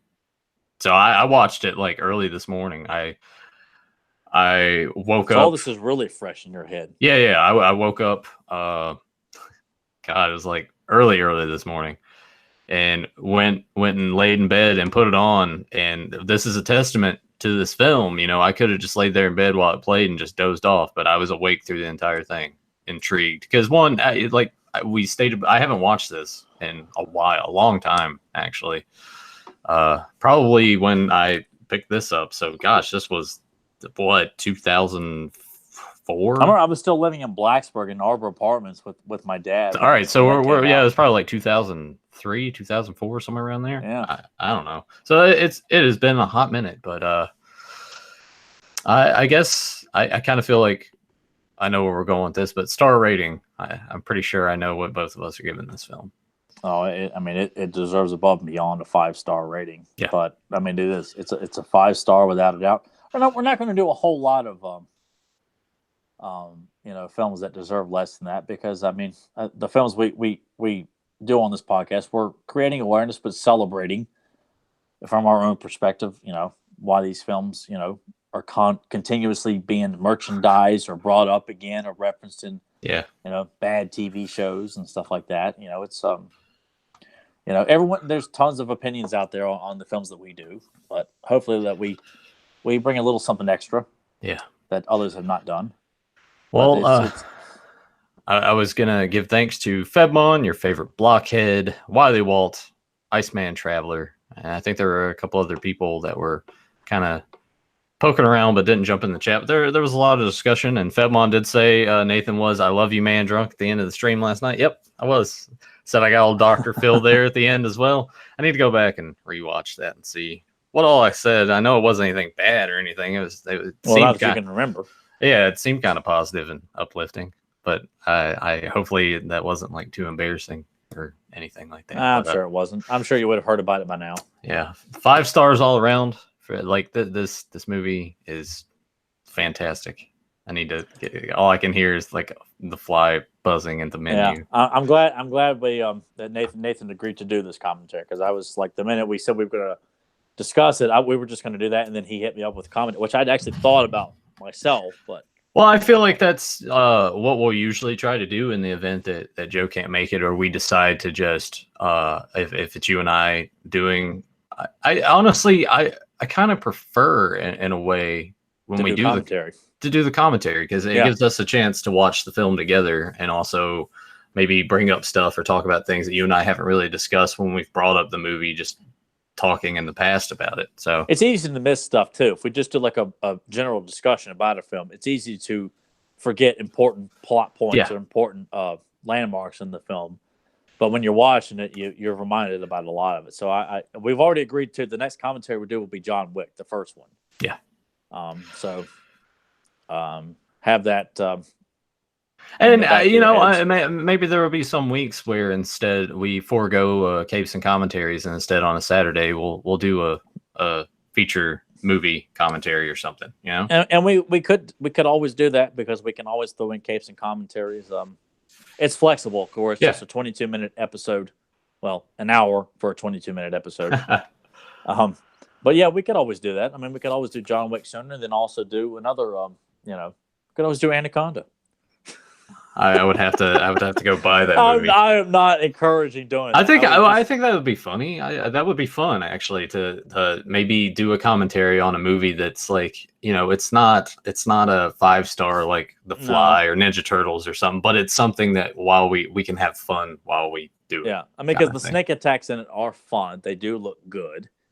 And it's fun to watch Owen Wilson be devoured alive, because that's the best thing he's ever done on film. Wow. Yeah. Yeah. But yeah, we'll hang on. I've got to use the bathroom real quick, otherwise I'm gonna bust. So I'll keep talking. All right. I guess I can go ahead and kind of get some of the closing stuff out of the way. Thank you guys for popping in and joining it. Big thanks to Blockhead and Fedmon for keeping the chat going. Appreciate you guys showing up, and I hope you guys and just enjoy the commentaries. I hope it's a different beast than just doing like the regular podcast and we're just like talking and back and forth. But I enjoy the commentaries. It's cool to watch these movies with Tyler, and as I said before, bring up stuff that him and I haven't talked about when we've brought up the film before. Because Tyler and I growing up, like we would talk about movies, especially if we didn't watch them together, or if a new movie came out, we both went to the theaters, but we didn't go together. Then opens up that dialogue of, this is what I like, this is what I like. But for us to both sit here and watch the movie and have you guys follow along, it's fun. Piss before and after the show, yeah. But I've ran into plenty of times where we get ready to do, and it's happened on capes and commentaries before, where I'm like, I gotta go take a shit, and it's one of those things. I'm like, I can't hold this. I gotta go. Yeah. It's kind of tough to do alone when it's not just me playing video games. A lot of data there too. I guess I'll say, those of you that are new to this channel, I hope that you enjoyed this commentary. I hope you go back and check out all the other videos like this one. Leave a comment down below. Let me know your thoughts on The Fly and its sequel if you guys have checked that out, because I haven't watched it. I hate to admit that, but I think now I'm gonna get around to watching that sequel. And Tyler's coming back. There we go. Sorry about that. Oh no, you're good. I was just telling the people at home, they catch this, go back, watch the other videos, leave a comment, let us know your thoughts on The Fly. Man, just some gruesome stuff in there, but just a classic. I dare say masterpiece. It is a masterpiece. I would say that in front of anybody. Nobody could argue against this film. Nobody could. Yeah, it's just a wonderful, I guess you could say homage to those lost like monster movies, It those is, science fiction monster-esque horror films. Good but also throwback. stands on its own 2 feet. Oh It's yeah, of something course, completely of separate course. too. Yeah. It has a lot to offer. I mean, it's got romance, it's got horror, it's got action, it's got science. I mean, it's a film that kind of please a lot of audiences from various types. But yeah, as long as you can get through the gore. Which I That's mean, it's there, but it's not there for too long. You know, No, it's there at the tail end, and yeah. Any Yeah. more? Yeah. Oh, yep. Any more? Yeah, we're gonna jump in Jeff Farmer on you here. Yeah. Any more final thoughts on the fly, and we'll go ahead and wrap it up. I just encourage people to, if you haven't watched in a while, you really owe it to yourself to sit down and watch it, or show it to somebody who's never seen it before. Yeah.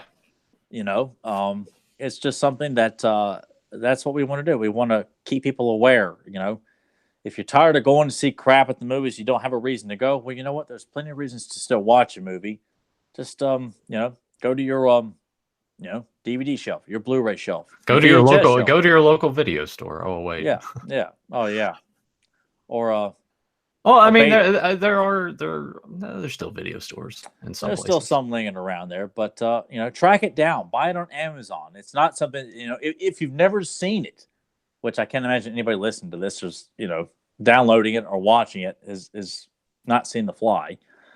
But if you haven't, if you haven't and you watched, sorry that we spoiled everything. Yeah, but you know what? I don't know why you knew what you were getting into.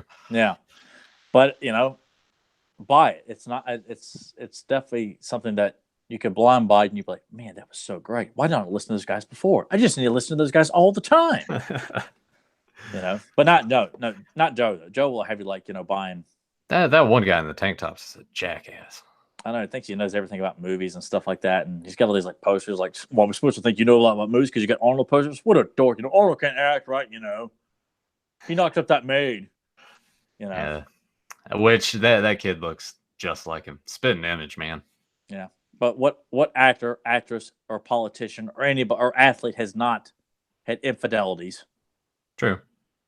There you go. See, people shut the hell up. We all can't be Larry Bird. Yeah. Or Sean Kemp. Oh my God. Yeah. Or Wilt Chamberlain. Yeah. Well, on that note, you're still thinking about basketball players having a bunch of illegitimate kids. You brought it up first. Well, I hope you guys enjoyed this. Thank you guys again in the chat. As I said before, if you're new to the channel, make sure you hit subscribe and ring the bell. We're getting really close to 100. Open up a lot of new prospects, things we can do for the channel. Check out all the links down below. Buy Joe's t-shirts. Hit them up for a custom. Download us on Podbean or iTunes. Take us on your favorite device, whether that be an iPod or do people? I know you still use an iPod when you go to the gym, but I mean, I use my phones too. You use your phone too? Yeah, I feel like that there's sort of been that shift of like people just use their phones now. I think it's pretty much. I mean, I still have like old iPods because it's got old music on them. But if you're looking for some reason to kill time when you're on a drive, we got commentaries for Roadhouse, Turtles 1 and 2, Now The Fly. We got our commentaries for various cartoons, Batman '89. You need some time, village, some fun listening. Buddies talking movies. Take us on the road. Listen to our Fly commentary, Roadhouse. We have a lot to offer in terms of content, more than I think some people may have to offer. They may get more views, which I don't know why. We haven't cracked the code yet on why we haven't broken through the grass ceiling. We'll get there one day. The grass ceiling. I see what you did there. Yeah. Mick Foley botching a promo. Yeah. God. Old Botchamania.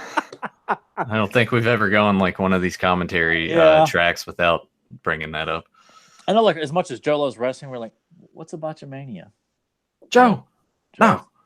Oh, I did show him the Jumpin' Jeff Farmer promo. He's like, he was like, that's hilarious. He just seemed so lost and timid and confused. It's good stuff. Yeah. It's on YouTube. If you don't know what we're talking about, we say Jumpin' Jeff Farmer. Just look up. Yeah, just type Jumpin' Jeff Farmer promo or something. That's it, and it'll pop right up. Jumpin' Jeff Farmer. Now we'll go to the ring. It's like what a match you have with Motley. Yep. It's pure gold. Turn the tables on me. Turn the tables in a wrong way. And you try to cheat me out of what's mine. That's when I get angry. Yeah, good stuff. All right. Well, with that said, I also need to plug Fans Power, Master Universe podcast, hosted by Tyler Baker and Joe Amato and myself. And that will also be a 2-man show tonight. We'll see how that goes. Yeah. Yeah. But until then, thanks again. And we will see you in the future to talk about the past.